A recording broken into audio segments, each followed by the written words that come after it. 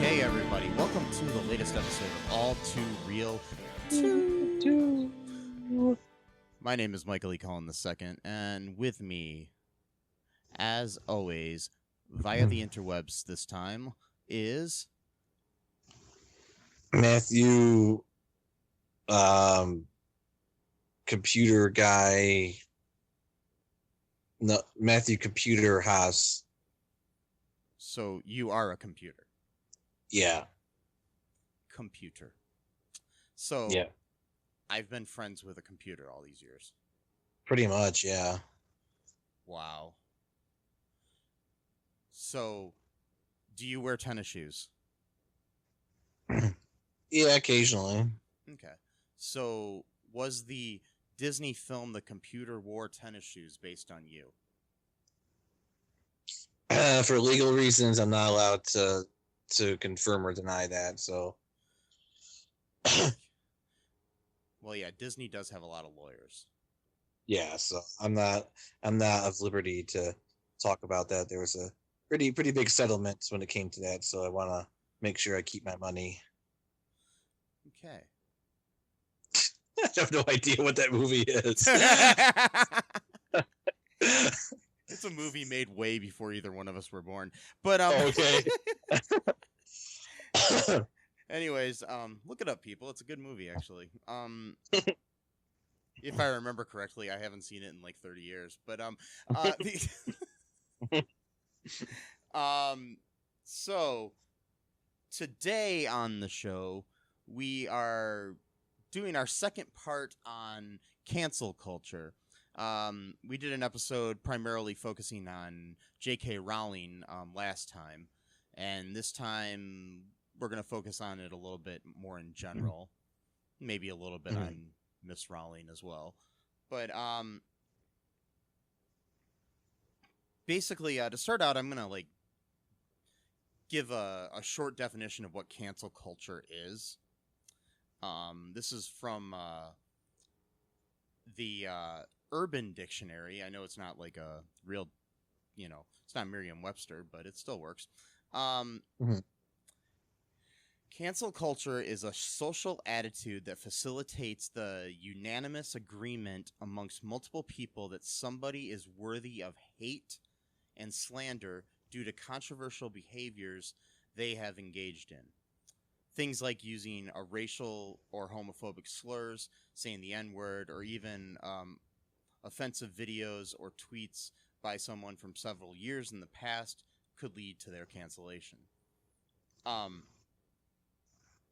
Basically, the original goal, it says here, behind the movement was to make people who were in a position of power feel the consequences of their actions.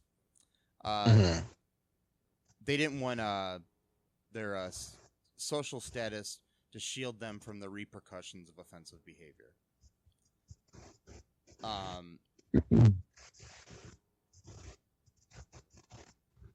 Basically, and sometimes it is used in nefarious ways to try to cancel somebody that doesn't deserve it as well. Yeah. So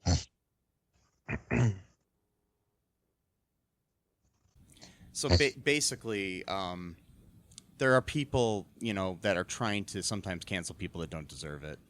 But there's also, legitimate reasons that people should be quote unquote canceled. Even though I don't like that word for some reason. I don't like I get the meaning behind it and why it's what they call this. But I mean, most of the time, I think it's just it's not as fun to say something like, people are being held accountable for the ramifications of what they've done. Right. Yeah. Plus, too, a lot of the I think the people who coined the term cancel culture are the people who are the quote victims of cancel culture. So of course they're gonna have like an axe to grind and describe it in the most ungraceful terms because they're the ones that are, you know, it's kind of like the people who, you know, coined the term social justice warrior. It's not the actual people who are called social justice warriors who call themselves that. It's the people who don't like them who call them that. You know what I mean? So yeah, it becomes a negative term. Right.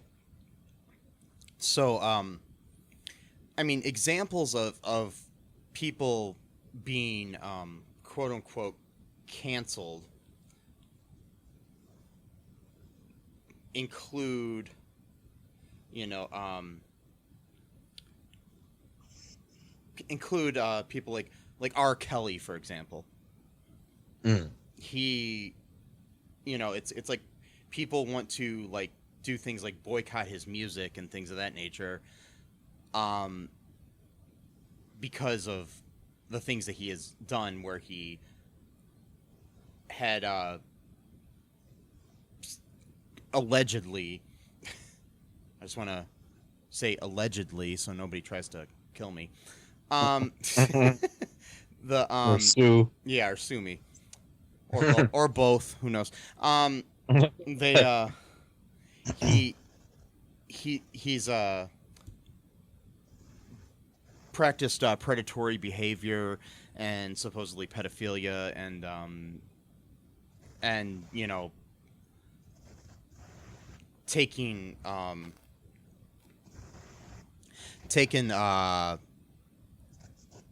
women like hostage, basically, and stuff like that, or not hostage, but hold them. Well, what was the word I was looking for? Like held them prisoner, basically. Yeah. Yeah, and basically almost started like a cult. Yeah. So in something like that, you know, it might be a good thing not to allow that person to release more music.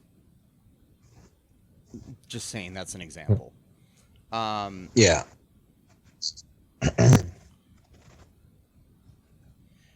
There's you know, somebody like Ryan Adams, the singer. He had an alleged relationship with an underage woman back in 2013 who was or underage. Okay, I'm not going to say underage woman because I even hate that word. A girl who was 14 years old, a child, a child. Right.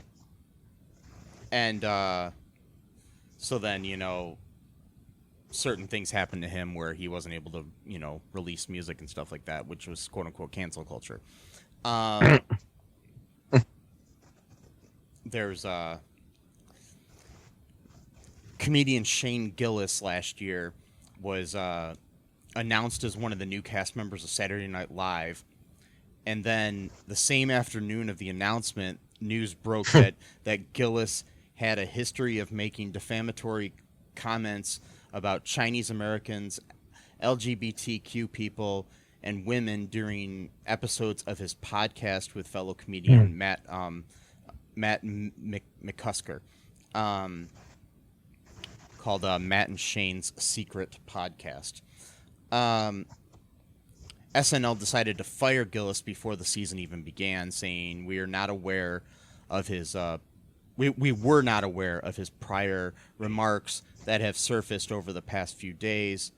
The language he used is offensive, hurtful, and unacceptable. We're sorry that we did not see these clips earlier and that our vetting process was not up to our standard. Some comedians defended him, saying that he, you know, had a right to his free speech and everything, which he does. He can say whatever the hell he wants.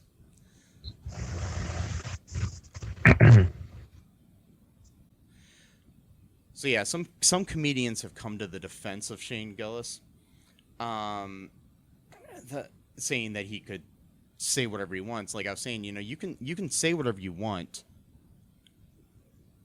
and you have the freedom of speech to do it, but you do not have freedom from consequences. That's the main thing people do not seem to understand when they have their arguments about freedom of speech, because they're all like, oh, whatever happened to the First Amendment? The First Amendment still exists. It's just a private corporation or company like SNL or something like that can fire somebody even before they started working, because of the actions that they have done. It's like anybody can do that. I mean, you can even be censured like the president has been by Twitter and TikTok and other social media things because of lies you say or anything like that. Because the difference is Facebook or Twitter are private companies, that are allowed to create their own rules. You can't walk into a Walmart, for example, shouting the N-word and expect not to be kicked out of the store. Right. And people act like, somebody is being treated badly because of stuff they said on Twitter or wherever. For example, like Roseanne saying the racist things that she said on her Twitter got her fired from the show that was named after her. Yeah. The main reason for that is ABC, who produces the show, has the right to do that because they don't want to be associated with someone who is racist. And they can do that.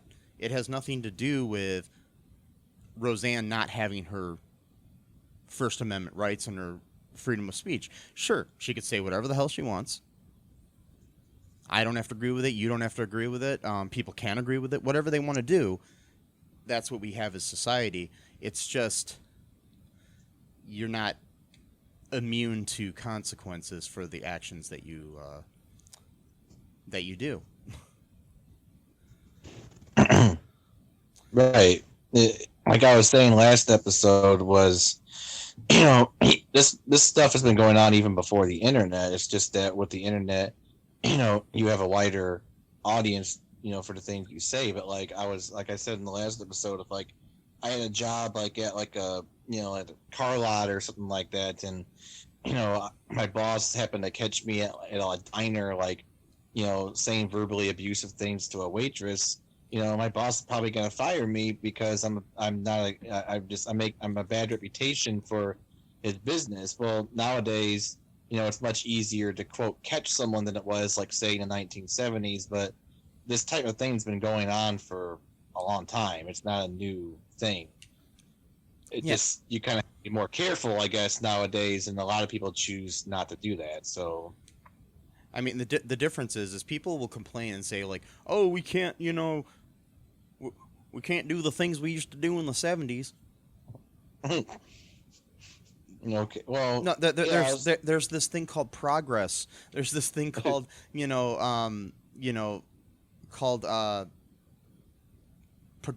progressive actions in the world and everything. I mean, in the 60s, we had a civil rights movement because people couldn't do things. We had a women's liberation movement because women couldn't do things.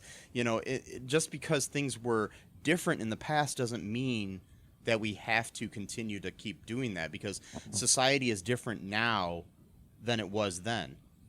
And if you can't keep up with the times as, like, say, a comedian like Shane Gillis or something like that, and say, "Oh, I'm being censored because of that's not how Shane Gillis sounds, but I'm just saying, but I'm being censored or whatever, or being upset about it."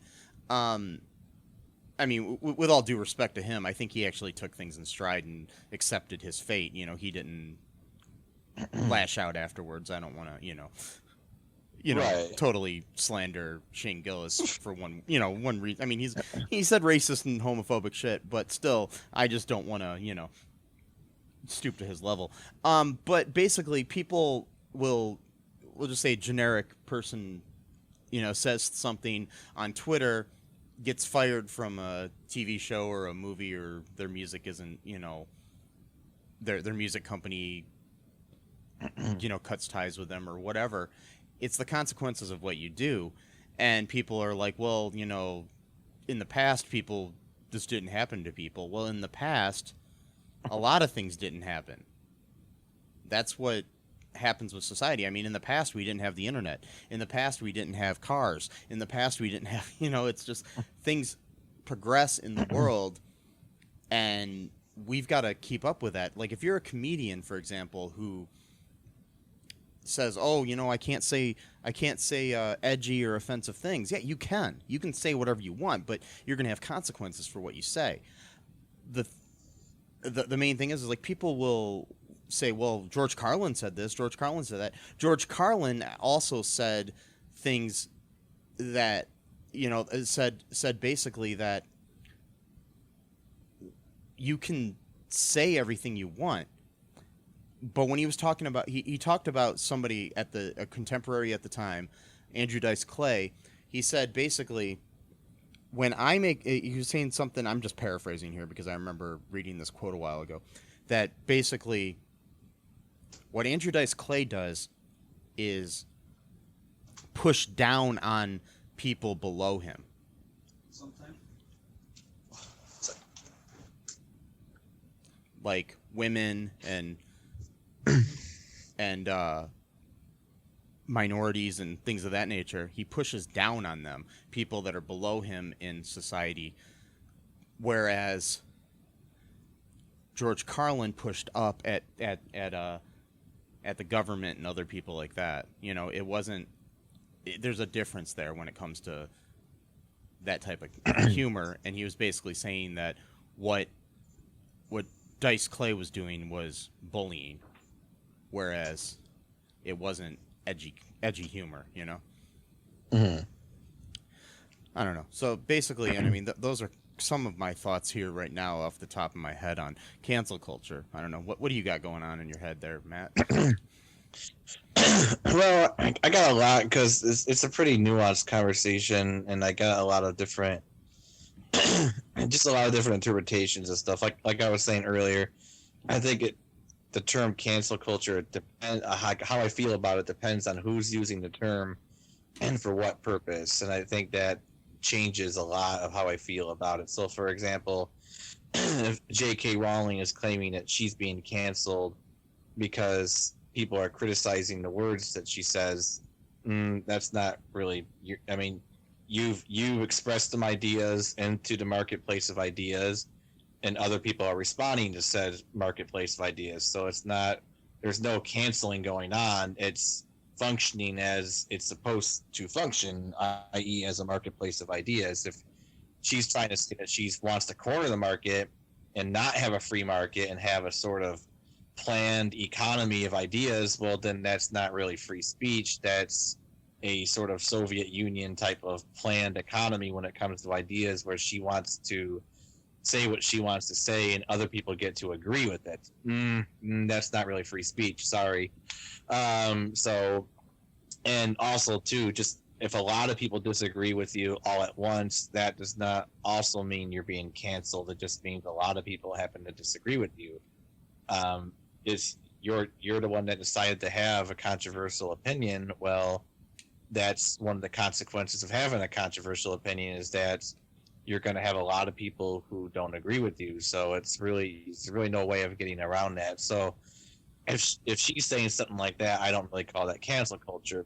But like, I do think it's interesting in the sense that, and I noticed this too, just in the political environment, like in like the more extreme you go, like in right wing and left wing, is that it's almost kind of the opposite of like religion, for example. So like religion basically teaches like if you sinned in the past, you come to God or whatever, or not necessarily God, but it's like you come to like your spirituality, like you're forgiven for what you did in the past. Whereas so there's not the concept of like eternal guilt, like you did bad things and you want to rectify your behavior, you want to do better, you're forgiven for those actions, and you'll still have to try to make basically right the wrongs or whatever, but it's not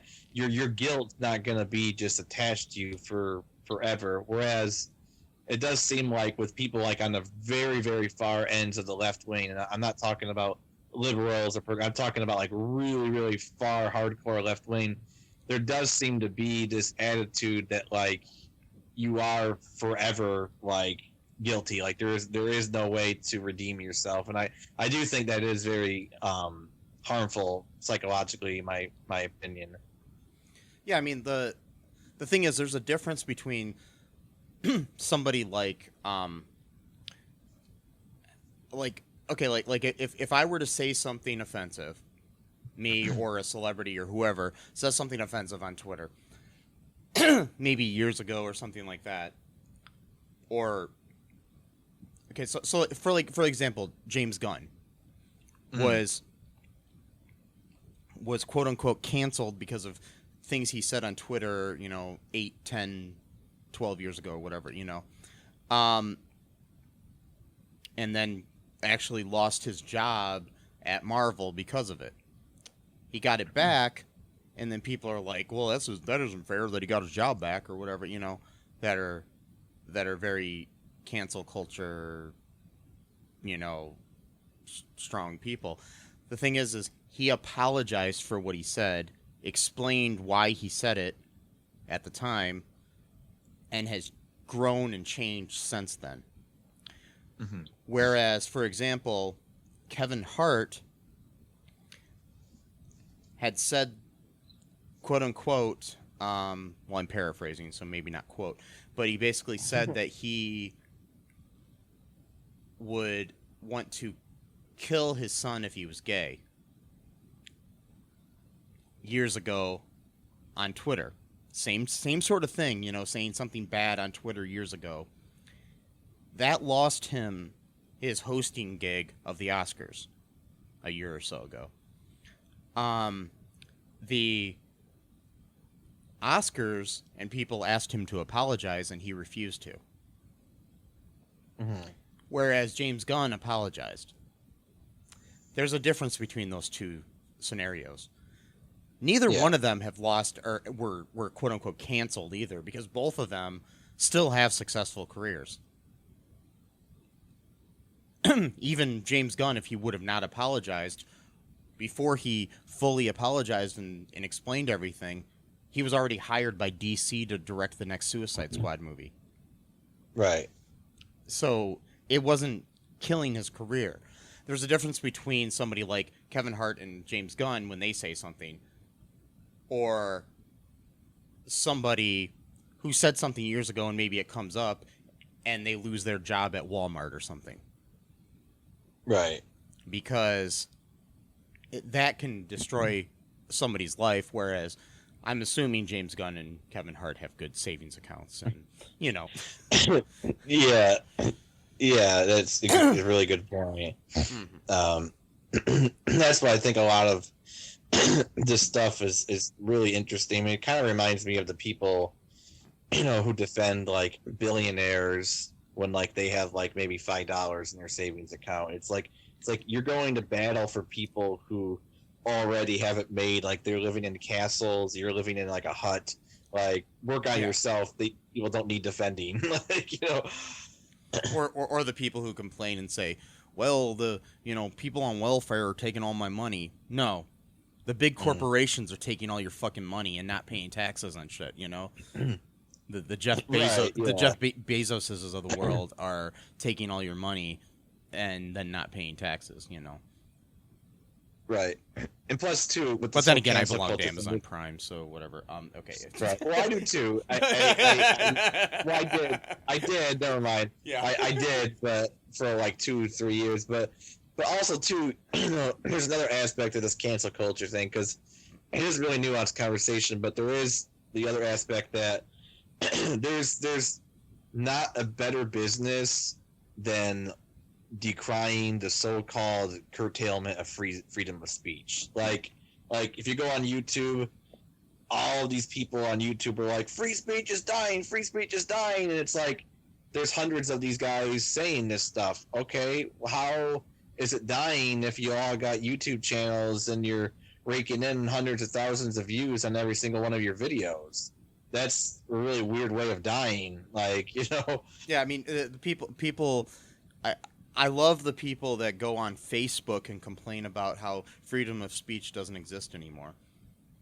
As well, you know, it's the same sort of thing. You know, it's like you're on a platform right now where people can read what you're saying, aren't you? If freedom of speech was gone, you would, you know, not be able to post that on Facebook, or freedom of speech was gone, you couldn't say it in your living room, you know.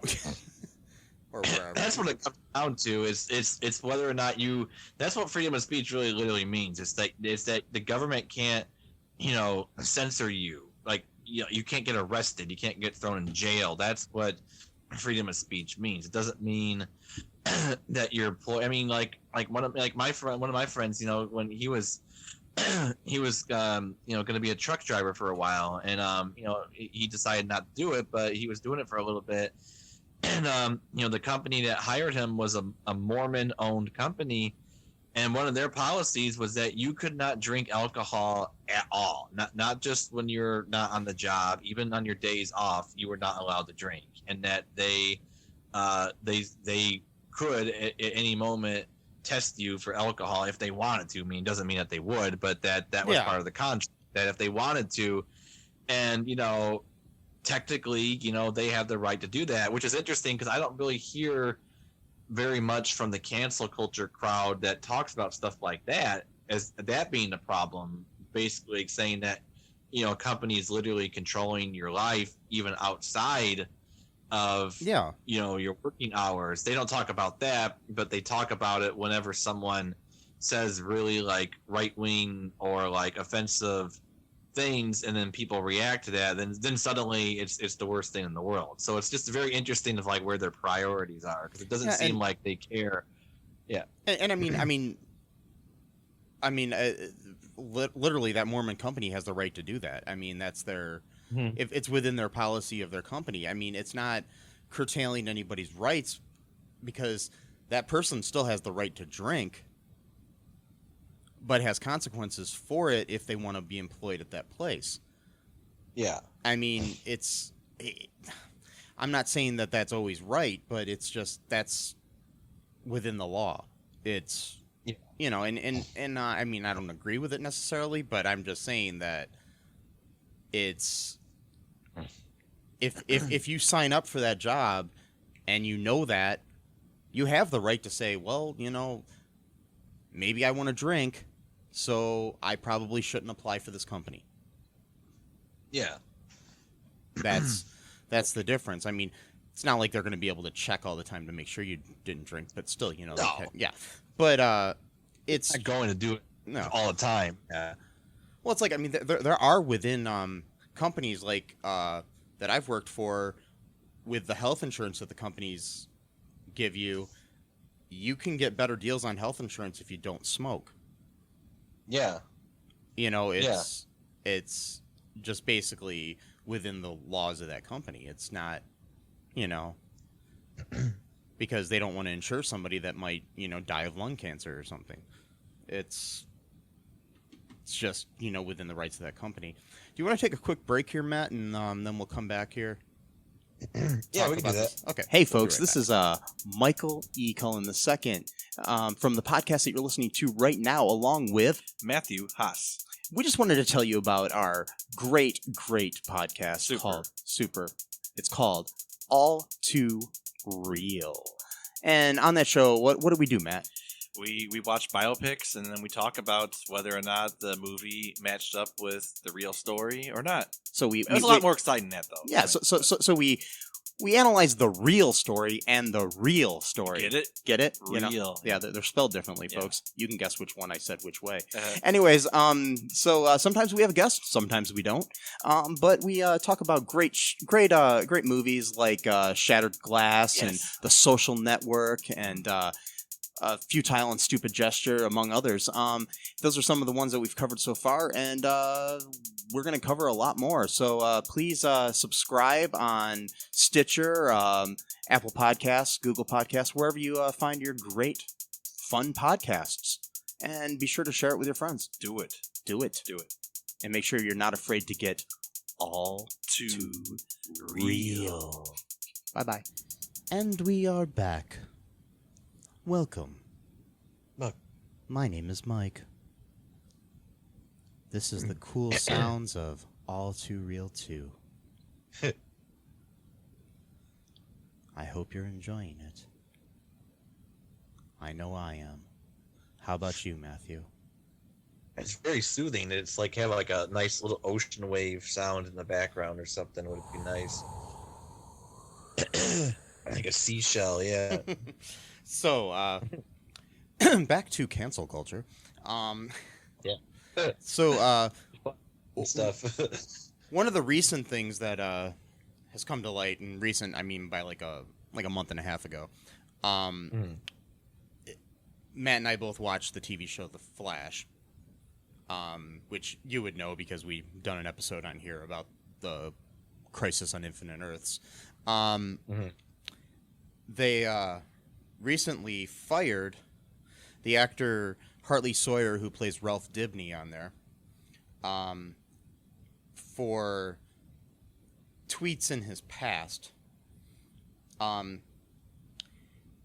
He has apologized for those tweets, but they were basically containing misogynistic and racist references. The statement from the CW was that Hartley Sawyer will not be returning for season 7 of The Flash.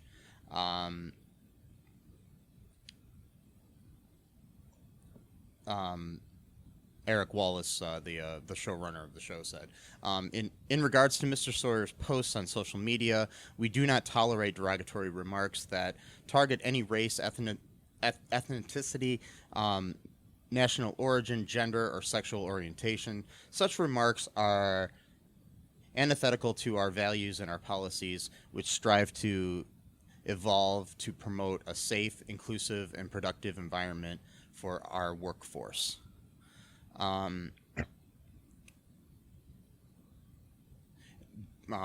Lead actor on the show, Grant Gustin, had come out and said that he was shocked, saddened, and angry when he saw the tweets, and then he said words matter. The showrunner, Eric Wallace, who I just mentioned, had also said, this morning, many of you learned that Hartley Sawyer will not be returning for Season 7 of The Flash. Concerning his social media tweets, they broke my heart and made me mad as hell.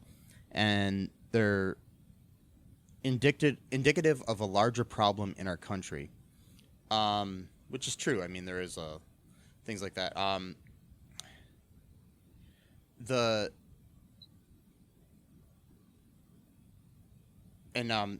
Last week, or not last week, but as this was written too, there was also other things like, we've mentioned before about Kevin Hart and then Shane Gillis and Roseanne and other people that have been fired or censured for their actions or whatever. Dick Wolf, the producer of Law & Order SVU, had already fired one of the writers for the new spin-off they were making for Christopher Maloney's character.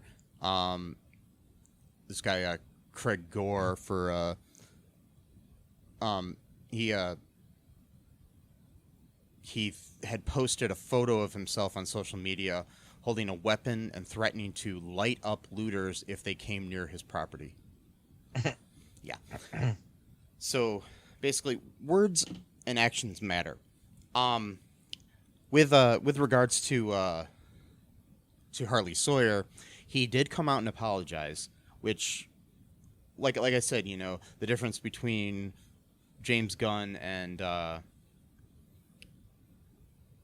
Kevin Hart is that Kevin Hart did not apologize, whereas James Gunn did. In this situation, it was kind of like hard for me to understand exactly why he apologized, and it was understandable. But the problem with it is that I've read elsewhere that there were other issues on set with Harley Sawyer, allegedly. Okay. Yeah.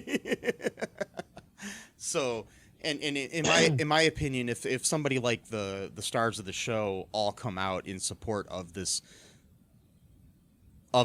firing, it makes you think that there was probably something else going on the set. I mean, mind you, I'm pissed that Ralph Dibny's not going to be on the show anymore, at least not in that form. If they do decide to recast or not recast or just write the character off, whatever they do. I did like Hartley Sawyer as an actor. I do like Hartley Sawyer as an actor. I don't think it's going to completely destroy his career by any means, either.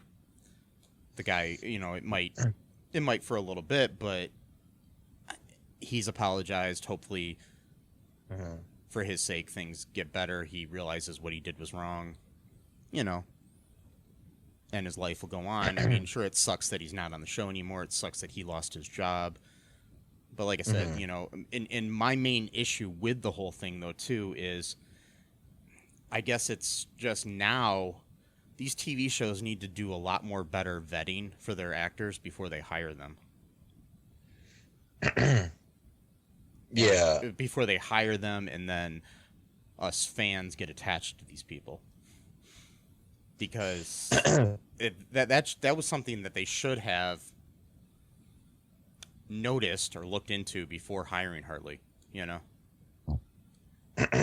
mean, it's not hard. I mean, I don't know. 'Cause I barely use Twitter, but I'm pretty sure there's, like when you go online, you go find, like, I'm pretty sure if you went on someone's page and you just typed in, like, find this word, and then it just will find, like, any of the tweets that feature that word. I mean, it's not difficult. I'm sure there's software that'll do that too. But I mean, the thing is it might not come up too if you don't use those certain words. You can still say something offensive without using certain words.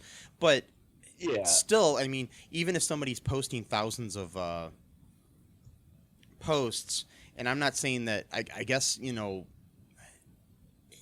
they need to start hiring people or having interns on their staff, maybe comb social media before they hire somebody. Yeah. And I mean, if nothing else, if they want to have them comb the social media and they come across something and they want to address it with the actor, and the actor can delete the posts, unlike what Hartley Sawyer didn't do. Right. That's the other thing. Is my thing is if it comes to light, because the thing is, once it's on the internet, it's on the internet. It's, even if you delete it, because you can always find it somehow. But the thing is like, my problem is when these people, I know that, I guess you're not always thinking about stuff you posted 10 years ago or 5 years ago or 2 years ago or whatever. But if there's something in your past you might be worried about, you might want to think about it. Or, if you're getting into this industry of acting or music or whatever, sports, whatever, you might want to look at your past actions and maybe, delete that Facebook post, delete that, TikTok video that is offensive, whatever the fuck it is, that Twitter thing, just, do it. To be honest, I mean, it doesn't excuse the tweets, but to be honest, when I read a lot of those tweets, especially a lot of them seemed like they were like at like 2 or 3 in the morning. They sound like he was drunk when he wrote them, which doesn't excuse them. But that could be why he may have forgot that he even did it. Like he was drunk when he went to bed, and then, like, yeah. But my thing is, though, too, I would, it's, you can police yourself too, though. I mean, you could. I've posted things that I've regretted on Facebook and then deleted them. Nothing. Yeah, me too. Nothing. It's never. I just want to clarify. It's not been anything racist or homophobic or whatever. It's been usually, something like where I'll post a vague post or a vague book sort of, post Right. where it's like basically something where I'm going through some depression or something, and I post something where it's basically like, my life sucks, blah blah blah, and then I think about it later, and I'm like, yeah, that's gonna make people think I'm just a depressed person all the time, so I delete it later. Right. Or if it's a news article that I find out is not really true, That's a big one. I've done that too. I delete that, or a meme. Sometimes I have posted it. My issue is the people that keep those up. That's the problem, Right. You tell somebody that something is wrong, and they continue to, let it sit on their page. Yeah. See, I'm kind of torn on the Hartley Sawyer thing, and it is partially selfish because I love Flash so much, that show, and I love that character so much, Ralph Dibny / Elongated Man, and so it is partially a sort of a not a totally objective opinion.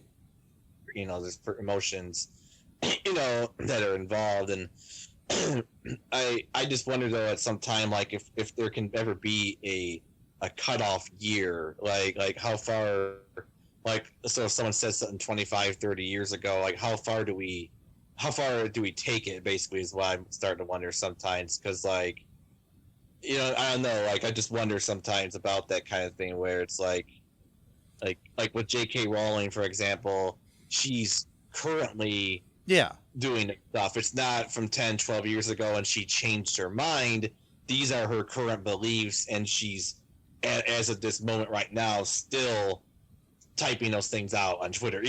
Or like Roseanne when she was fired. Those were the things she said about Valerie Jarrett. She said currently at that time. It was like and she's not showing any sense of changing her opinion, and if in fact it's actually digging in deeper. Roseanne especially, she was doing that. Or the Shane Gillis SNL situation where they found these. That's the other thing too. They should have vetted him better too, and they actually admitted to that, in their statements and stuff. But like the stuff he had said on his podcast. But then again, I don't expect somebody to listen to every episode of a podcast, except for all of the listeners that are listening right now. You should listen to every episode. No, anyways, but his the things in his podcast were just like months prior to him being hired. Okay. It wasn't like years ago, like he started the podcast 10 years before that or something. I mean, I don't know when the podcast started, but these episodes of the podcast where he was making these insensitive comments about Asian people and other things were just mere months before he was hired at SNL. It's just so it's the same thing as with Roseanne, where it was a current thing, or with J.K. Rowling. And I understand. I mean, the things with Hartley Sawyer too. I mean, I think there's more to it. That's my main thing. Is it's not come out completely, but this is just my speculation. Nothing that I've read or know, or anybody that I know told me any of this. It just seems like he may have been difficult on set too. Yeah, okay, yeah, that makes sense. So, like, this could have been, like, the quote-unquote excuse. Not really excuse, but just... Or the straw that broke the camel's back sort of thing, It's right. Yeah. It is. And to be clear, I read most of the tweets, and a lot of them were really bizarre, weird stuff. Like not even... Like, I've dealt with people who are into, quote, edgy humor or whatever, but, like...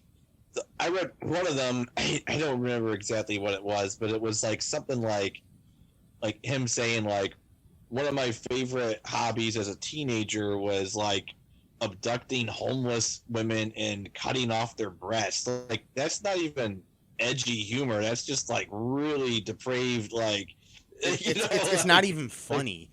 It's Right. not funny at all. It's really yeah. sick. It's yeah.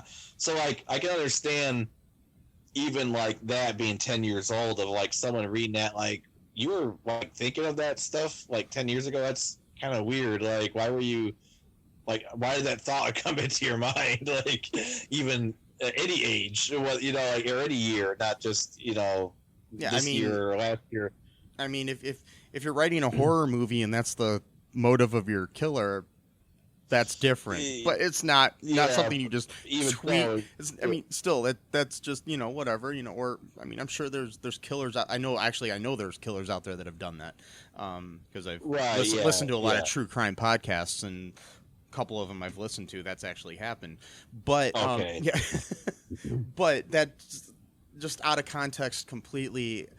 On Twitter makes no sense whatsoever.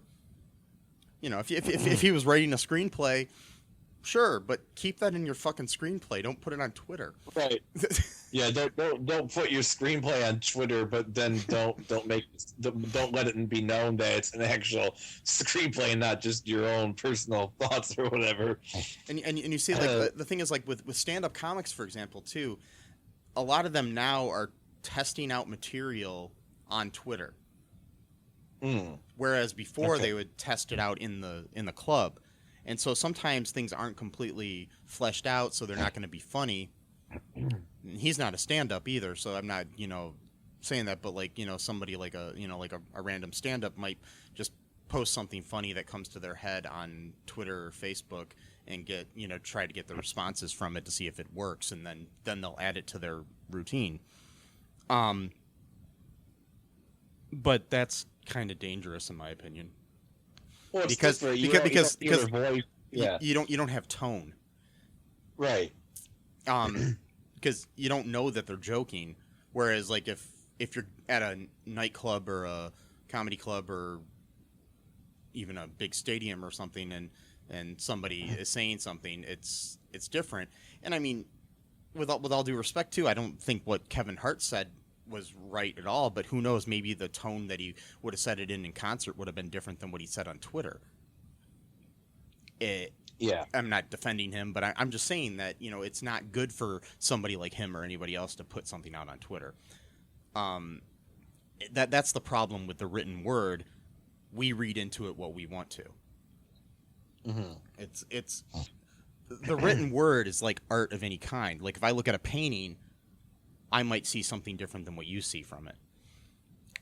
The same thing with written words. There are certain things. I mean, certain things are just exact. Like if you say something like, "I love pizza," that just means you love pizza. It doesn't mean anything else. And I'm not trying to reference Pizzagate or anything here too. Let's change that. Let's change that. I love Pop-Tarts. And like if you just say I love Pop-Tarts, that basically means you like Pop-Tarts. Yeah.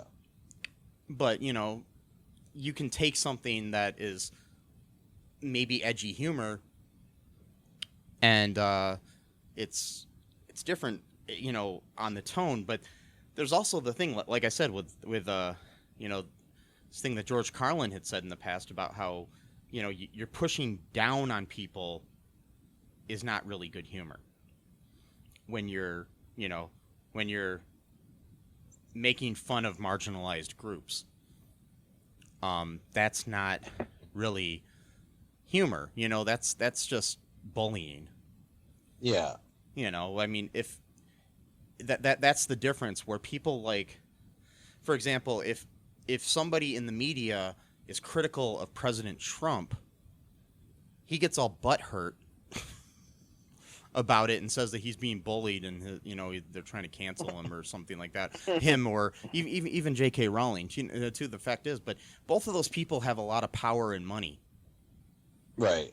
It's and what she's doing, for example, J.K. Rowling is attacking a marginalized group of people with when she's attacking trans women. It's she's one of the richest authors ever, probably the richest, you know. And I mean, her books have sold more than, you know, like almost as much as the fucking Bible. You know, it's just right. Yeah. It's not like with her. It's she's not being canceled. She's still making 3 more of the Fantastic Beast movies. Those movies. So that would be perfect right there.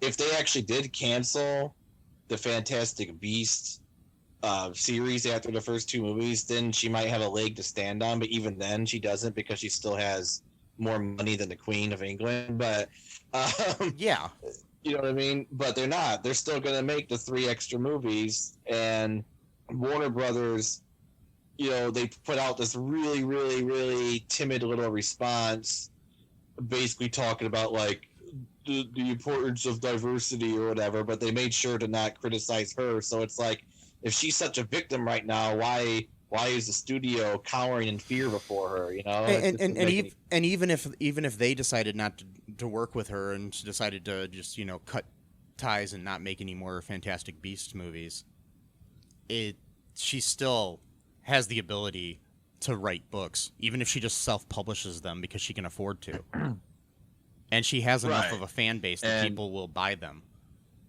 Right, and with her, it's like she's clearly seeking attention, because she's still. I mean, I stopped following her. I don't even pay attention to anything she's saying for the past month. I don't care anymore. But she's clearly trying to, you know, just get you know, keep people paying attention to her. And you know, one of the recent things she said was that allowing transgender children to transition is like a new form of, quote, conversion therapy, which is one of the most disgusting things that she could say, because conversion therapy is literally where a child says that they're gay and the parents say, no, you're not gay. We're going to send you to this camp where they're going to torture you into saying you're not gay. And she's saying that parents who accept their transgender children is the same thing as doing that. Like, it's wow. Basically the exact opposite. It is it's the exact opposite, but she, you know, obviously got mental health issues right now, and she's reacting. And like I said, again, you know, she's playing the victim here. She's trying to say that she's being bullied by people. Right. The thing is like, I'm not saying that, you know, rich and powerful people can't be bullied, but they can deal with it. Better than some you know, poor, you know, person who's transgender who now has to deal with the fact that their favorite author doesn't like them or hates them, really detests them more, basically. like it. And that's what I'm saying. It's just like, you know, because I mean, it's not like this is some random author who, you know, wrote a couple books or something. She wrote probably the most successful children's book series in history. Yeah. And was very influential in a lot of these people's lives, especially, you know, trans and gay people and marginalized people, because a lot of them saw themselves in the characters in that book.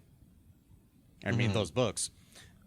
It's just totally antithetical to like what she was trying to say with those books. At least that's what people were interpreting that she was trying to say with those books, but obviously I guess not. I mean, she may have been at the time too, yeah. But then again, you know, she might have been. I mean, it's just so weird when somebody is very anti one minority but very pro others. I've been I've been dealing with that with a friend of mine, you know, and they very much agree with J.K. Rowling, and I was just sitting there flabbergasted, like, how, like, could you believe these things? Like, I mean, it's like, these are people that are already, like, being marginalized by society, and you're just, like, kicking them on the ground. Like, how can you do that? It just, I don't think I'll ever understand it, to be honest. No, I mean, and it's just like the whole thing is, like, people need to look at this, in my opinion, like they did, like like that famous poem or whatever it was, where they came for the Jews, and I because I wasn't Jew, I didn't, I'm paraphrasing whatever it is, but the poem I'm talking about, Yeah, where, I do. Yeah. where they they came for so and so, and they came for so and so, and I did nothing, but then they came for me. Mm-hmm. It's like you can't. It's like you either love humanity or you don't. Yeah. And you need to support people of all groups of minorities and stuff like that. You can't look at one group as being superior to another, because we're all God's creatures. If you believe in God, we're all humans. If you don't believe in God, we're all part of the same earth. Whether you think the earth is round or flat, we're still in the same earth. And I just want to, emphasize that whatever, if there's some flat earthers out there listening to our podcast, more power to you. I mean, I think you're wrong, but whatever. I'm not trying to belittle you, and I'm not going to marginalize you, whatever. It's just so, I don't know, frustrating. Do you want to take a break here, Matt? I think I need a breather here. You're good. Yeah, we're going to take a break. We'll be right back, folks. Hi, folks. This is Michael E. Cullen II from the podcast that you're listening to right now, along with manager Matthew Haas. You got promoted? Yes. Damn it. Okay, anyways, folks, do you like the show Superstore? I don't know. I asked the folks and nobody's answering me. Because they're not here. Oh, but we love damn it. Yeah, we love it, though. Okay, folks, if you like it as much as we do, you're really going to like the Super Story podcast, which is a podcast where Matthew and I go episode by episode and give our little opinions and thoughts on it. Sometimes we have guests, sometimes we don't. Just depends on how we're feeling. Yeah. And, so if you like this podcast and like our little crazy banter, then you should definitely check this out. Or I might get sad. And when I get sad, it gets pretty sad. So I can't deal with him when he's sad. Yeah, no one can really. So yeah. So check out Super Story Podcast right here where you get this podcast, Super Story Podcast. And we are back. How are you, Matthew? I'm doing good. That is good. And you're listening to the smooth sounds of All2ReelToo, where today we are talking about cancel culture. Very soothing. A soothing topic that'll just help you sleep well at night and live well. Wait, no. Okay, anyways, so there's a lot we could say about this, and we may, revisit this in the future. It's just it's deep. I have so much to say, and there's so many more examples of cancel culture, both good and bad. But the main thing the main takeaway I have here is like basically, if I don't really believe in cancel culture. I think it's basically consequence culture. If because there's a difference between somebody like a marginalized group being bullied, like we were talking about with J.K. Rowling and other people.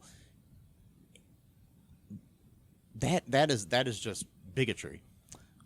Whereas cancel culture, when people try to play the victim for something that they did, I just don't get it. It's like there's a lot of people out there who will say things and then be like, well, what about my First Amendment rights? And, I'm allowed to say whatever I want. Yeah, you're allowed to say whatever you want. But like I've said time and time again on this podcast here, there's consequences for your actions.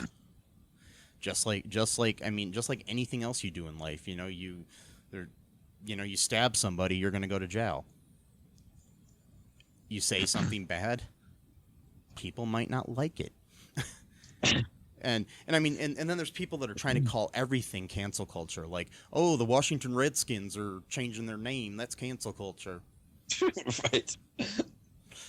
No, that's called progression.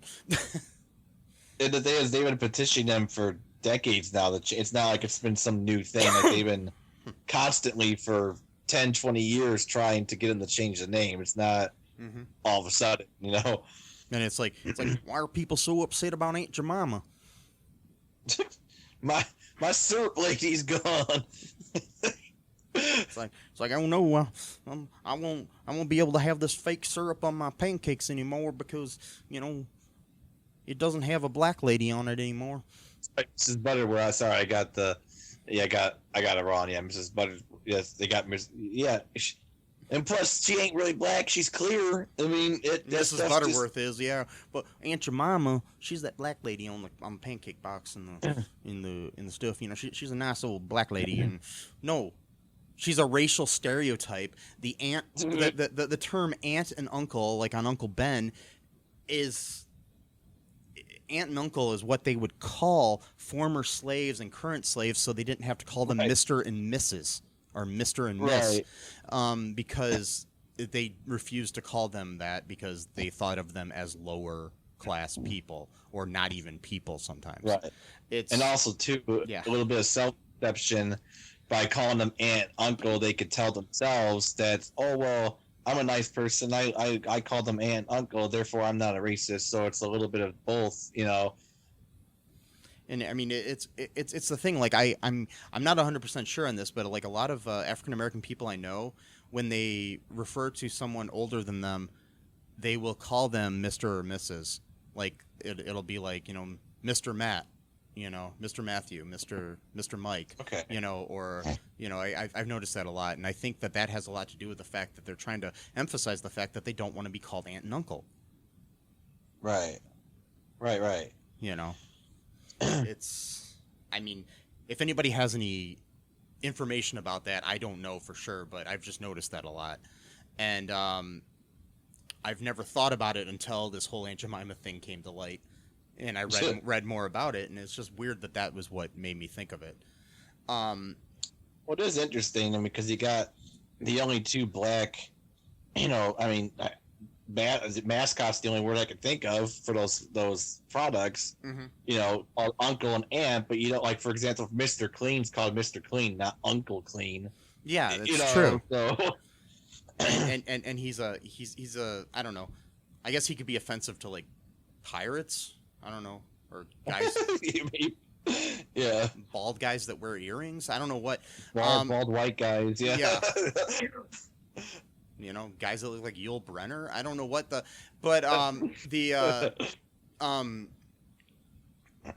it's different. I mean, and people don't seem to understand it. It's just like, and the people that are getting so, they're like, oh well, Aunt Jemima was a real woman. No, she wasn't. She wasn't real. She was a caricature from a minstrel show. So was Uncle Ben, and so it's like it's like the whole thing too is like people are upset. Well, they're changing my Splash Mountain to that black princess lady. Change my Splash. Yeah, Splash Mountain comes from. Super Cullen Brothers has a great video about that. Like, I've seen it. Even get made because it's like it has almost nothing to do with the actual movie itself that it came from. Well, actually, I know why it was made. Okay. Here's the thing. I think it was stupid that they chose. There was other movies they could have chosen at the time. Okay, so there was this. This is a little aside here, folks. Just some information that you might if you like Disney at all. Okay, so there was this ride at Disneyland called America Sings. It's not like it was like more like a show or whatever with animatronic animals going through the history of the United States. And these characters were designed in the similar style or by the same artist who designed the characters from Song of the South. And there's no connection whatsoever to it. So that ride was closing to be replaced by something. And they had all these extra animatronics, and they needed something to do with them. And at the same time, Tony Baxter, who designed Splash Mountain, had the idea to create a log flume ride. And they basically tasked him with the task of using those animatronics in the ride.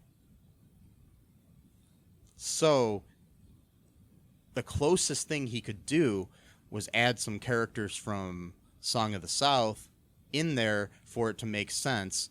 And I mean, I'm not. I think there's other things they could have done. I'm not trying to blame Tony Baxter. He's a genius.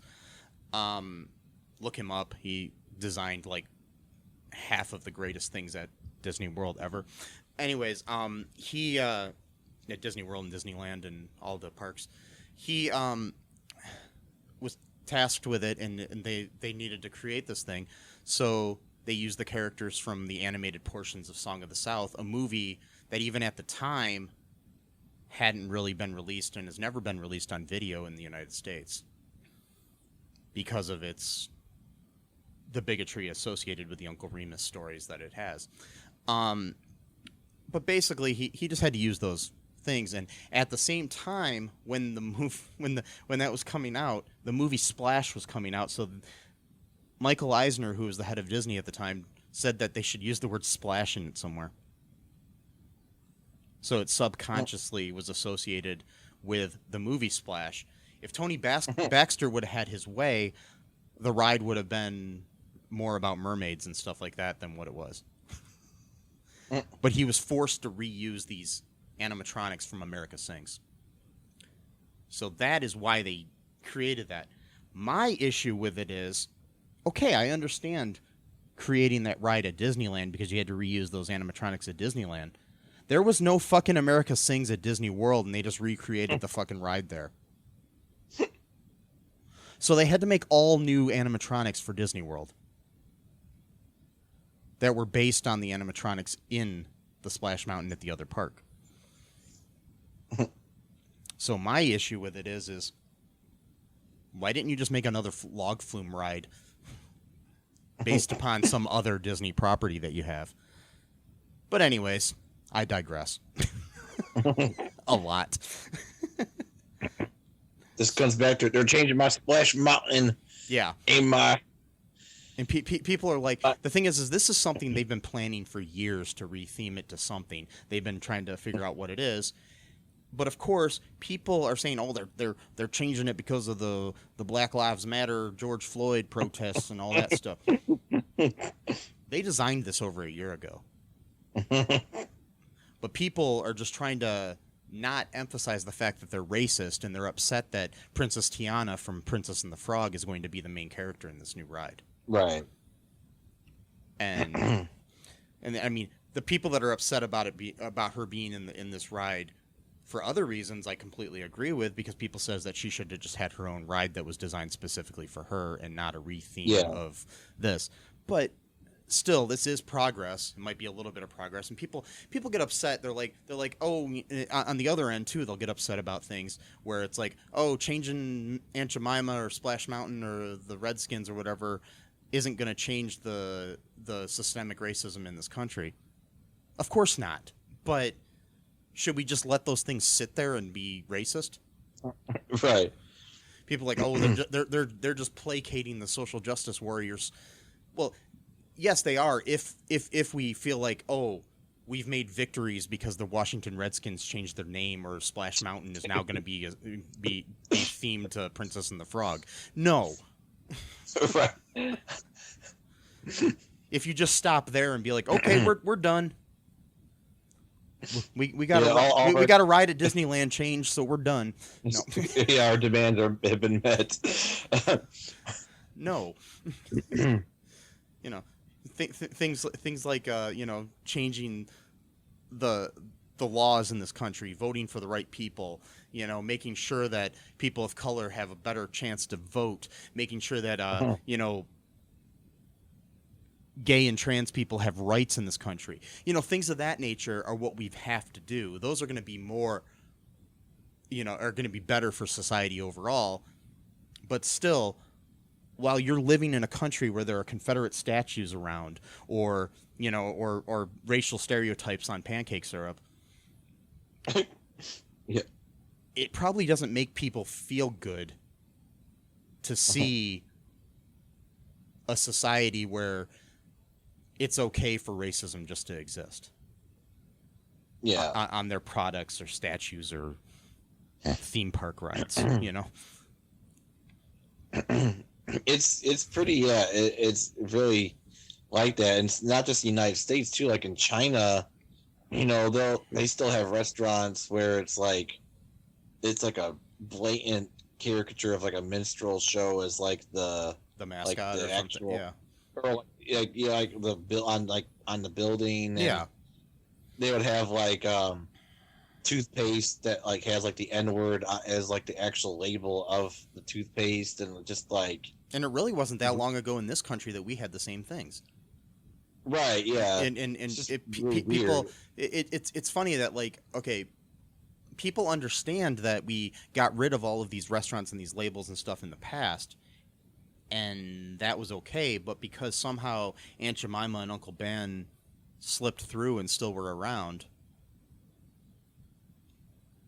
and maybe they weren't as offensive as some of the previous ones, it doesn't mean it's okay for them to still exist. Right. That's what it comes down to, is like. Another thing too I was going to say earlier, before I forget, is that like I really hope that white people, and since I'm a white person, I'm allowed to talk about other white people. No, but it's this idea that just because a black person agrees with you on something doesn't mean that you should like tout that person out to be like almost like a mascot or an extension of yourself, and hide behind that person like, oh well, a black person said it, so I'm in the clear. Because it's like, the thing is, it's kind of like the whole aspect of like, I'm allowed to talk shit about my family, not that I do, but I mean, you're allowed to talk shit about your family, but I'm not allowed to talk about shit about your family. You're not allowed to talk about shit about my family, type of thing. So it's like, Exactly. there are internal arguments going on within the black communities, and that's not for us to get involved in like, oh, I'm gonna take this guy's side. That's not our argument. That's for them to flesh out. It's also a sad thing that, like, in this country, when a minority does something or says something, good or bad, it's supposed to represent all of that minority group. Yeah. But if I do something, it doesn't represent all of white people.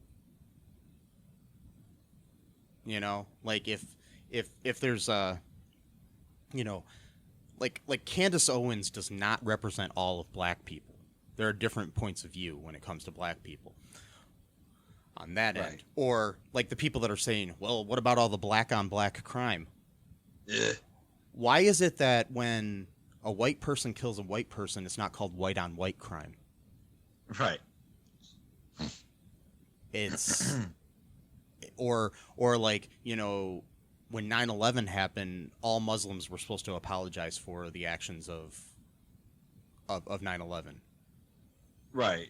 And it was never enough. No. I mean, you could keep apologizing for ever and ever and ever. And But why should one Muslim have to apologize for the actions of another? I don't have. Right. I mean, Jeffrey Dahmer killed and ate people, and he was a white man. Do I have to apologize for him? Right. I didn't kill and eat people. Charles Manson was a cult leader, and Yeah.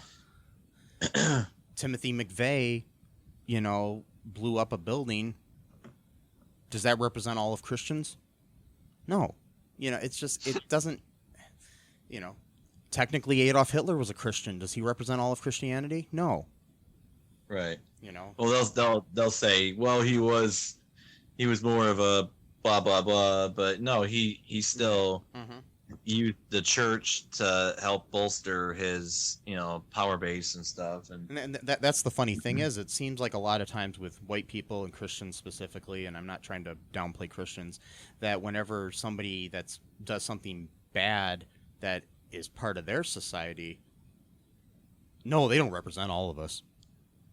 Right. But if a minority does something, oh, look at all those so-and-so people, they're doing that. It's like, Yeah. it doesn't make sense. And that's kind of circling back to that. That's kind of what reminds me of like all the transphobia stuff, is that there does seem to be this idea that like, because there may have been one transgender person. Again, you gotta understand that mental illness isn't always genetic. Sometimes it's environmental. So if you're part of a group that has so much stress being put upon it, that can itself manifest into like mental health issues. So that right there is already an indication that there's a problem going on. Yeah. And so like, you might get like one or two transgender people who have got mental health problems, and they'll say like weird radical shit, and then you get these people like J.K. Rowling and other people that will jump on that and then be like, oh well, this, because I remember one person, to tell you the truth, I don't even know whether to believe this is even really a transgender person themselves that even said this, or was just someone pretending to be transgender and then saying something crazy and then go, oh, look what these people are saying. Because again, I dealt with that after 9/11 with all the anti-Muslim stuff, so that's not a new tactic to me. I've seen it for 17 years or 18 years where, someone will pretend to be a Muslim and say something really, really messed up and then go, oh my God, look what these people are saying. But so anyway, I digress. That's a whole other argument. But like, so, the person that said was, oh, well, they were feeling frustrated that, a lot of people don't want to date transgender people, so that the dating pool, a lot of non-transgender people don't want to date transgender people. So the dating pool then becomes basically you can only date other transgender people then, even if you want to expand. And some people are fine with only dating their own group. That's fine too. But some people want to have the option at least to not have to do that if they want to do something else. So and then it became like this whole thing. Transgender people are saying that people should be forced to date transgender people. It's like, no, you're a complete fucking moron. No one is saying that. Like, and if like you might find one person who did say that, and that person is probably dealing with rejection or something. And so what? You're just gonna kick them while they're down? I mean, and then people will use something that one person says just to further their own cause, too. I mean, whether to represent the whole cause of the thing or the whole group of people. It's like I keep seeing these posts on Facebook that say Facebook doesn't want you to say that Jesus Christ is the Son of God. Right. Like, okay. Who on Facebook said this to you? Who? Yeah. Who said that? I doubt anyone said this. Did Mark Zuckerberg tell you that you can't post that on Facebook? No. Nobody told you this. No, but Facebook apparently allows you to make death threats against Muslims and advocate genocide against them. That's totally fine. Yeah. But you're trying to it's basically you're creating your own thing. And like I've seen things too. It's like people will be like, well, the social justice warriors want to cancel this, bringing it back to cancel culture, want to cancel this TV show. No, they don't. Maybe one guy said that he didn't like the show. So you can use that as your argument to then say that, well, all of them want to cancel. No, most people probably don't even give a shit about the TV show. You know what I mean? It's like nobody cares that, NCIS is on TV or whatever. You're trying to make a cause for something that doesn't exist. Yeah. And that's the problem I have with a lot of people. They create that. What they do is it's like, for example, on this video I watched the other day about cancel culture, they were bringing up the fact that at this roast for Alec Baldwin, Adam Carolla got up and he says I just want to make sure that after this is over, I just want people to know that these social justice warriors are going to come out and say all this shit about how we're saying all these bad things about people and stuff like that. It's like, no, because most people with a fucking common sense know what a fucking roast is. Yeah. They know that when you roast somebody, you're going to say offensive things. You're going to do things that are pretty offensive in a roast, because if you don't, then you're the idiot and in the minority of the fact that you've never seen a fucking roast, Yeah. A roast is where they're going to make fun of Alec Baldwin or whoever else is on the dais at that thing. You know what I mean? It's just, come on. You know, if you get humor, you know that. And basically, what Adam Carolla was doing there was creating an issue that didn't exist. Yeah. Just to fighting. just to try to be edgy and funny, and you're not. You're basically just trying to create an enemy who doesn't exist. Yes, a straw man argument. Well, Yeah. yeah, basically, and and that's what makes them feel like heroes. Is really what it comes down to. Is that they want to be these martyrs, and they want to be these heroes against these evil villains. And it's just like, you guys, you have a very warped sense of like importance of like what you think of yourselves. You think you're more important than you really are. Basically, like no one, like you're not the person that's standing in the way of like the horde, or whatever. Like, It's just, I don't know. The whole thing is just sad, and we just need to realize that people are more alike than they are different in certain ways, and evil people are trying to use people to pit against each other, like trying to tear us apart and make us see that, point out our. When you're pushing down on people that are minorities and try to blame them for all the issues in this country or in the world, or things of that nature, it's just, you gotta sit back, realize we all bleed red, and if we don't, we're an alien, and then fuck those aliens. I'm joking. No. Wait. No. Don't take that out of context, people. No, I was just, I'm just saying that, and I love aliens. Yeah. I like Mr. Spock is awesome, and Dr. Spock. Sorry. That's what I was wearing a Star Trek T-shirt the other day, and my dad called me Dr. Spock, and I was like, actually, on the Starship Enterprise, McCoy was the doctor, and Spock was the. Thing is, a lot of people still to this day, it's like a never-ending thing with the whole Spock thing. Like, it's like, no, Dr. Spock was child psychologist. Yeah, he was like a baby doctor. Yeah. Okay. who wrote a bunch of books and stuff in the 70s or whatever. And so, and so that's why. To this day, though, people will still like okay, you were forgiven for the first couple of years, but we're going on 50 years now. Like, come on. Yeah. And it's funny too. I even explained this to my dad before, and he still did it again. Maybe he knows, and he's just doing it on purpose or something. We went and watched The Wrath of Khan together and listened to William Shatner talk after it. I mean, anyways, that's a good movie. Yeah, probably the best Star Trek film out there. Anyways, that or First Contact. Anyways, so I don't know. Anything else you want to say here, Matt, before we go? This is running kind of long here.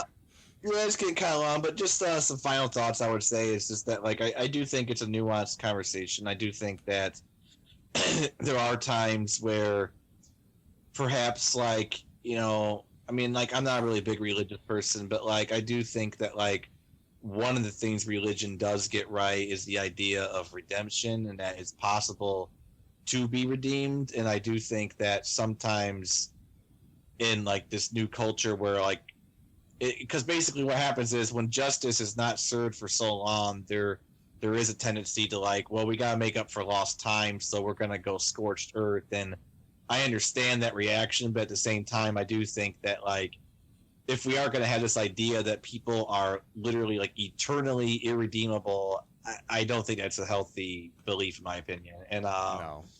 So I do think that even if you are going to quote cancel someone, you should at least in your mind leave that person open to be able to redeem themselves, and not just basically say this person is forever dead to me. Nothing they can do or say will ever be good enough. I personally don't think that's a healthy. Yeah, I mean, we all make mistakes in life. It's just owning up to those mistakes that is the difference. If you're gonna stand firm on whatever you said, that's different. If you're just dyed-in-the-wool racist or whatever, then yeah, that's what you are. But it's, you know, you got to realize you have consequences for that. But if you're somebody, I mean, there are a lot of people that were at one time racist in their lives and aren't anymore, or people that, you know, thought differently about trans people or whatever. You know, you can change who you are, and we got to give people the chance to change. But you also have to hold people accountable for what they did and make them don't accept an apology, especially one of these backhanded apologies that is like, I'm sorry if this offended you. Yeah, I'm sorry you felt this way. Yeah, exactly. Yeah. And plus, forgiveness doesn't necessarily mean then that person doesn't have to right any wrongs either, depending on what they did, how severe of what they. So, for example, J.K. Rowling, you know, right now is causing a lot of harm to trans people in the world. She might not think she is, but objectively speaking, she is. I mean, just a few weeks ago, a Republican senator quoted her in his argument to basically roll back rights for not just trans people, but for gay people too, which is one of her arguments for hating trans people, is that she's trying to protect gay people. Well, an anti-gay person is using her now to go against gay people. So yeah, even her they're backfiring against her so-called intentions. I mean, and in a lot of those laws, you know, that just civil rights laws in general are intertwined for all minorities, not just the ones that you're trying to push forward. So you got to realize that, you know, if you're one of these idiots who hates one minority and not another, it's all or nothing sort of thing, you know? Yeah, exactly. It's because it's kind of like, you know, I know it's kind of a weird example, but like like like the situation like Baha'is in Iran, like, so like for a while I did not really like it when the Baha'i institutions would like say we're not going to be political, but only when it comes to Baha'is in Iran will we ever say anything political. But like someone said something to me once that made sense to me. He says, well, you know, again, this person was being diplomatic, and they're like, yeah, I could see where you're coming from. So they kind of took me off the defensive, you know, like, and says, but try to look at it like this way, like Baha'is are like the lowest of the low in Iran. So it's like, if you could secure Baha'i rights, then everyone else is going to be better off because of that. Like, you know what I mean? So like, yeah. And it made sense to me. In a way, it does. I mean, you know, so like, it is kind of like. Well, it's like the whole Black Lives Matter thing, where people respond with all lives matter, where they don't understand that all lives don't matter until Black Lives Matter. And it's not trying to say that Black Lives matter more or whatever. It's that Black lives just matter. What was it? Yeah, there was a dude, the guy who was the guest on Behind the Bastards when they did the Behind the Police, and he was saying something like that. Propaganda was his name, or I think so. Yeah. He was saying like that's like the lowest bar there is. Like literally, like Black lives just matter. Like we're not even talking about rights. Yeah, there's civil rights. We're just look up Michael Che's Netflix special called Michael Che Matters, and it's he has a whole thing about it, and it's just basically my favorite part of it is at the end of his little part about the all lives matter, because at one point he just says he does say the whole thing, and that might be where Prop got it. He just basically says we're not looking for anything extra, we're just looking to matter. Right. And then he says people don't try to be racist. They hit you with that slick shit where they say all lives matter. They're not coming right out and being racist, but you know the thing is, it's like he says around 9/11 next year he's gonna walk around with a shirt that say all buildings matter. Right. Yeah, see how that works out for him. Yeah. Because all countries matter. 4th of July, you know, why are you paying attention about America? All countries matter. Yeah, because he right before that he also says something. I mean, I'm paraphrasing what he says, and just look up the special. It's a great special overall. But he says something. You know, it's like it's basically that. You know, there's you know, it's like, oh, slavery, that was like, you know, hundreds of years ago. You know, get over it. Civil rights, that was decades ago. Get over it. police shooting, that was a couple weeks ago. Get over it. Right. But 9/11, never forget. Right. Yeah. Exactly. It's just like what? Ugh. This country is just and people fucked saying that sometimes. now about coronavirus. So like what? I think it was like 3,000 people were killed on 9/11. Yeah. Okay. Well, that was really bad, but so far almost 150,000 Americans have died of coronavirus. So that's like the equivalent of like 50 9/11s. Like, I mean, and people are just saying like, it's live with it. It is what it is. Well, it's only a small percentage of the humanity that's dying. Exactly, or the country. And like I was saying before on Facebook, I really do think that like it would have to be a number of like 10 million people dead in America for people to really take it. But even then, you would still have the Rush Limbaughs and other people that would be like, well, that's only 3% of the population. I mean, 97% is fine. That's a huge number, So and it's like people are just still being stupid. And I mean, this is something I'm going to say to our listeners, and I don't care if this pisses them off. Wear a fucking mask. No, man, my Constitution. It's just so fucking annoying. People are like, it's like, okay, so this is just a diatribe here about this. We're running long. We might as well run longer. Anyways, the the other day, it was a few weeks ago on the 4th of July. I posted something that just says, "COVID isn't gone. Wear a mask." I got attacked by people saying, "You can't tell me what to do." They don't even work. And all this other shit. And so I looked at my posts on my page. Right before that, a post or two before that, I said, "Hamilton is great. Everybody watch it." Or something of that nature. Yeah. Nobody attacked me for telling them to watch a musical. Right. So maybe I don't have as much power as they think I do.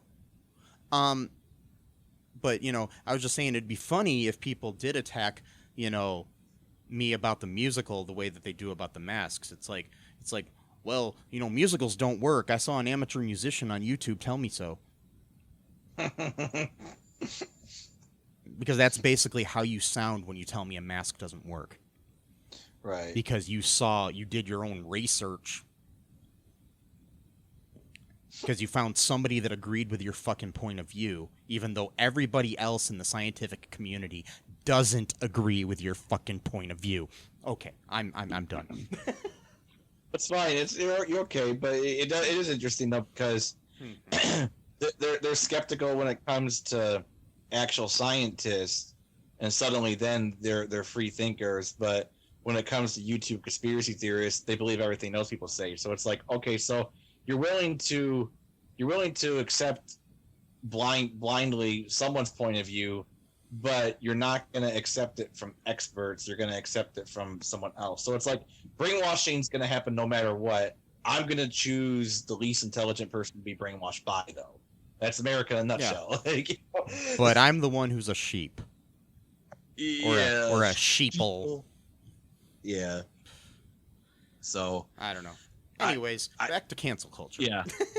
Cancel culture. If I could cancel COVID, I would cancel COVID. So I think we all would. Yeah. Yeah. Except for the people that don't believe it exists. Well, yeah. No, the people, it's all a hoax. Yeah, tell that to my friend's dad who died from it. But anyways, Tell it to my cousin. I mean, he was already kind of sick to begin with, but COVID's what, sped it along. Yeah. Yeah. Tell that the Broadway star Nick Cordero or whatever his name. I just blanked on his name. But anyways, that died of it, and he was only in his 30s. It's like, yeah, right. Had to have his leg amputated and then died. Right. And I don't know if it was from COVID or not, but there was a political guy named Michael Brooks who died a few days ago. He was only 36 years old, and his family they're not saying, but he said he died of a, quote, sudden medical issue. So I'm not sure what to be, but, I'm thinking Either in way, my mind, the only thing that would be a quote sudden medical issue that would kill you would be something like that. Like, well, or it could be a heart attack or something too. It could have been something, I don't know, but yeah, just like a lot just of people. in fairness. Yeah, I know, because Yeah. because then people would be like, oh well, that proves my point because they're saying that anyone who died of coronavirus. That's what makes the number so high. No, yeah. So good thought on that to get to nip that in the bud from any idiots that would say that. Yeah. Anyways, do you want to anything else you want to say here before we wrap it up? I'm pretty good on canceling the cancel culture. Yes. I think our show podcast. is now canceled. Wait, no, it's not. Yeah. Well, no. This episode is. Yeah. I'm gonna share. Speaking of COVID and other issues, I'm gonna share some links again in our show notes here for places you can donate money to help out people in these times where they need it. Both for COVID and helping people be able to get out there and vote. That have hard time getting to vote, and due to both the COVID and minority issues and things of that nature. Plus, some things that'll help out Black Lives Matter. If you are against Black Lives Matter and are mad at me because I'm pro it, well, fuck you. And sorry, I'm just being honest. And it's not some Marcus conspiracies theory run by George Soros or whatever. Anyways, yeah. So check out our this on another note. If you want to keep the show on the air, check out our Patreon. Also. Check out our TeePublic. You can get some cool T-shirts and stuff like that. And be sure to subscribe and review the show. That helps us out a lot. And if you're still listening to this hour and a half long episode that we recorded, I applaud you. Yeah, so totally. And we love you. Yes. Even if you're not listening right now, we still love you. But you're not going to hear that because you're not listening. They might pick up on it energetically, though. Oh, okay. I'll send it out into the ether. And, yes. But for now, bye-bye. Thanks for listening to All2ReelToo podcast, a Cullen Park production. Produced and edited by Michael E. Cullen II. Music by Matthew Hawes. Subscribe and share the show. Visit us at cullenpark.com.